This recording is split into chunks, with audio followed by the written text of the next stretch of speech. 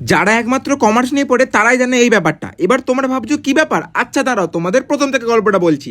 अबे जल्दी बोल, कल सुबह पनवेल निकल। যেহেতু আর কিছুদিন পর আছে আমার এক্সাম, তাই আজকে সকাল সকাল উঠেই আমাকে বই নিয়ে পড়তে বসতে হয়। আর কমার্সের অঙ্ক তোমাদের আর কি বলবো গাইজ, কমার্সের অঙ্ক পুরো প্লেনের মতন, ঠিক মাথার উপর দিয়েই যায়। কিন্তু একটা ব্যাপার আছে যেটা শুধুমাত্র একটা কমার্সের ছেলেই বুঝতে পারে, আর সেই ব্যাপারটা হচ্ছে আমাদের হাতে 10 টাকা থাকে না, আর আমরা খাতা কলমে 10 কোটি টাকার অঙ্ক করি।